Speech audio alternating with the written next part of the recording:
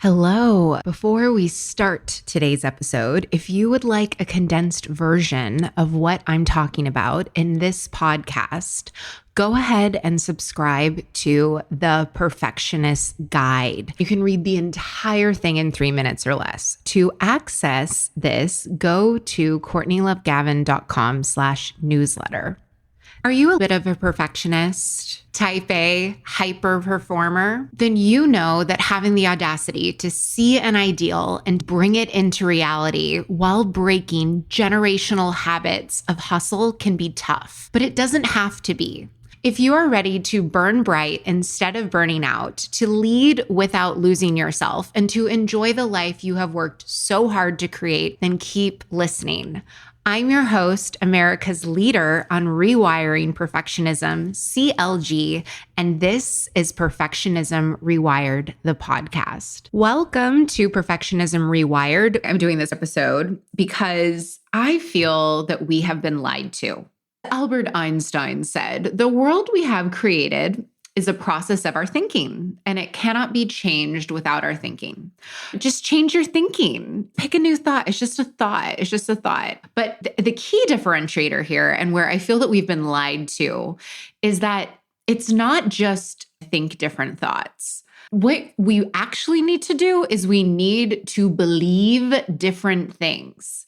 It's not just about doing a thought model or creating new thoughts or even creating new beliefs. A belief is a thought that is practiced over and over and over. It's really, really about the process of unbelieving and actually sitting in belief work. One of my clients was telling me, yeah, I do my belief work for 10 minutes every morning. And I told this client, that's bullshit. That's not belief work. It's being like, yeah, I parented for 10 minutes this morning. No, you're a parent all the time. Belief work is something you do all the time. I know what it feels like to be a confident person, but to still not really have confidence in your beliefs and really, really clutching to that evidence and taking all the actions and being like, I am totally not a basic bitch, but when it comes to the way that you're doing your belief work or believing, you're basic. We really want to try on those thoughts and beliefs because what looks good on the rack doesn't always work in your mind. You want to see how you feel. And I just can't tell you what to feel. Like I can't just feed you a bunch of beliefs and thoughts and be like, go think these things and you're going to have a really awesome life.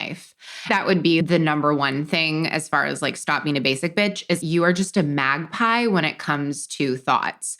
You're just like, oh, that's a good thought. I'm going to write that down. Ooh, that's another one. Ooh, tell me your thoughts. You're being a thought snatcher. You're not coming up with your own original.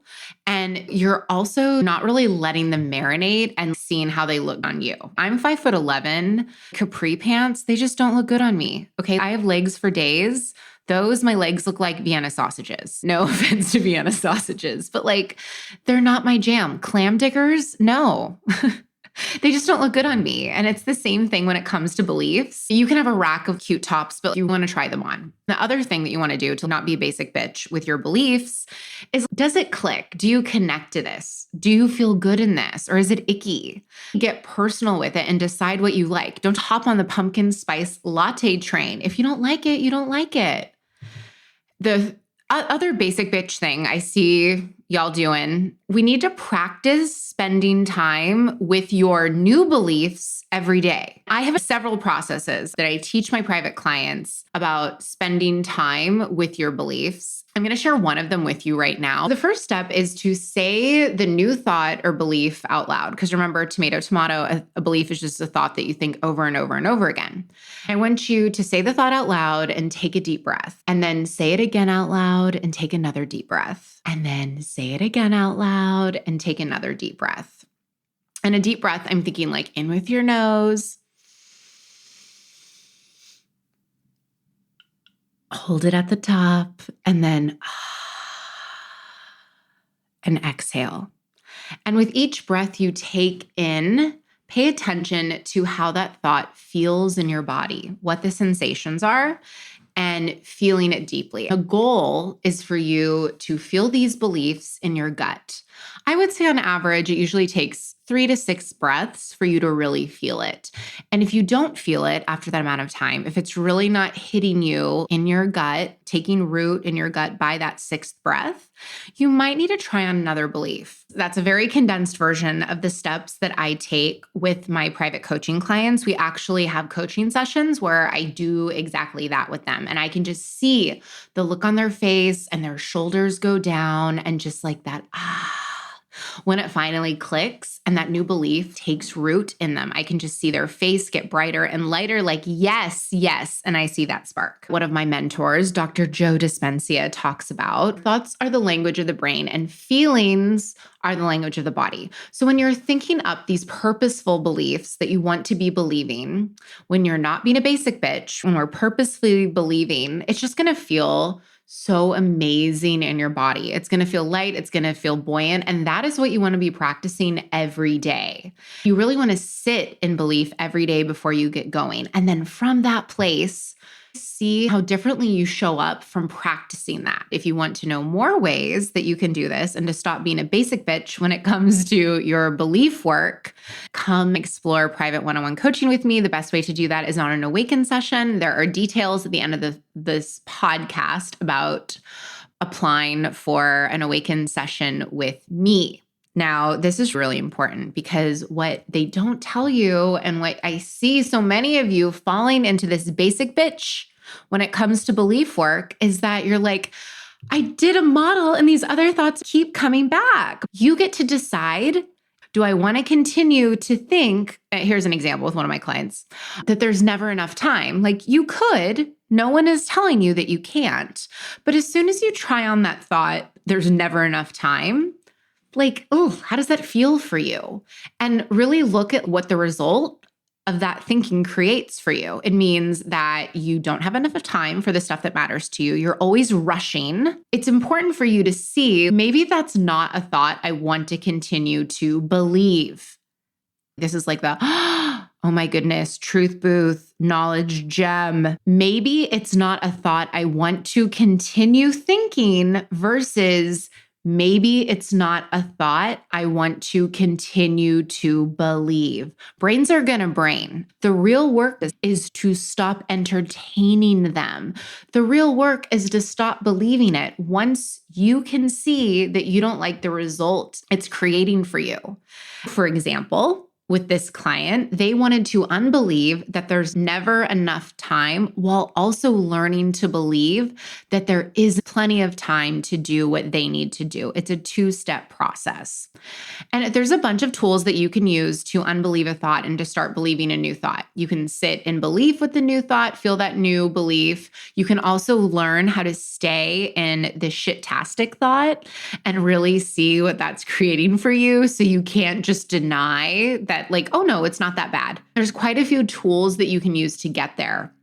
My private clients tell me, I know that you do the work, CLG, and it's an energy that they feel. So I'm not just giving platitudes. I know what it's like to have ingrained in you the worst beliefs and to really feel like they are so true.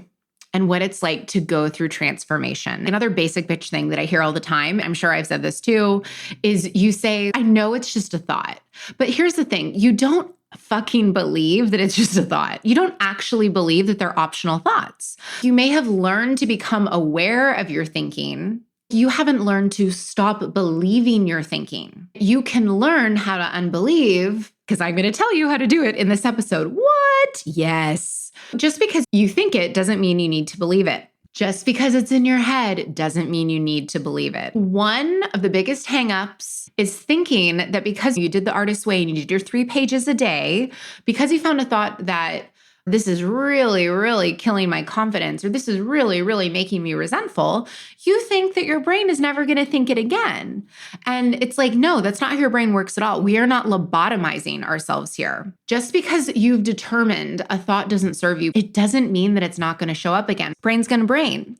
But here's the difference. The presence of a thought doesn't mean that you need to believe it. Just like every time your toddler asks for candy, doesn't mean you need to give it to them. Same thing with these crappy thoughts.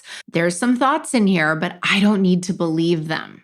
The fact that they're there is not a problem. I will teach you, if you coach with me, how that you can Be totally neutral. The thoughts can be there and you literally do not give a fuck with your windows down and the system up. The process of unbelieving is to understand that just because it's in your head doesn't mean you need to believe it.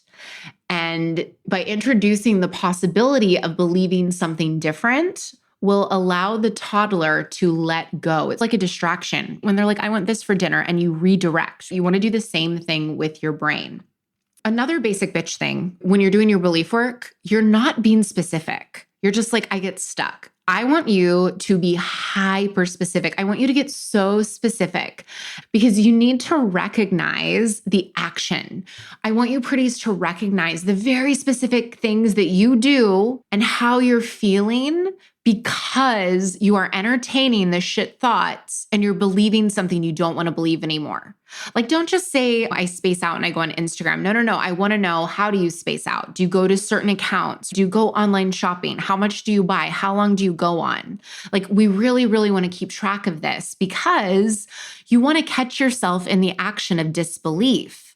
Oh, hey, I'm the one who's choosing to believe this and entertain this. It is going to bring so much awareness to what you're doing. We are not immediately jumping into a happy thought. Did you notice that? I did not push you into what do you need to think instead. No, I want you to stay right there and painstakingly show your brain how you are creating this. We want to teach your brain what this thought creates for you. I want you to point out that all of this is optional to your brain. And I want you to also acknowledge that it is a choice to stay there. And if you do that often enough, your brain will finally be like, fine, this is coming from me and I want to let it go.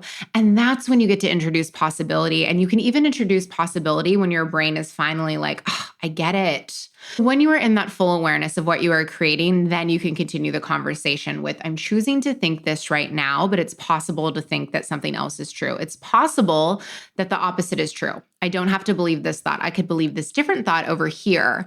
And now, when you're also learning how to believe, you come up with more of those thoughts. If you're nodding your head yes, listen closely because I might have the solution you've been searching for. My Perfectionism Rewired Accelerator, a 6-week, highly individualized one-on-one coaching experience designed exclusively for perfectionists like you. Your perfectionism is actually your greatest asset, and leveraging it can be hard work or take years of guesswork. That's why in Perfectionism Rewired Accelerator, I give you my key frameworks to taking charge of your Ferrari drive, proven to work even for the most type A, high-strung, stubborn perfectionists. In the first 30 days, you will cut your burnout in half, increase your professional fulfillment by at least 150%, and your self-compassion will go up at least 250%. And that is just your first 30 days. So if you want to save yourself years of trial and error, go to CourtneyLoveGavin.com/accelerator today. Or if you want to take the easy way, just click the link in the show notes to check out the Perfectionism Rewired Accelerator.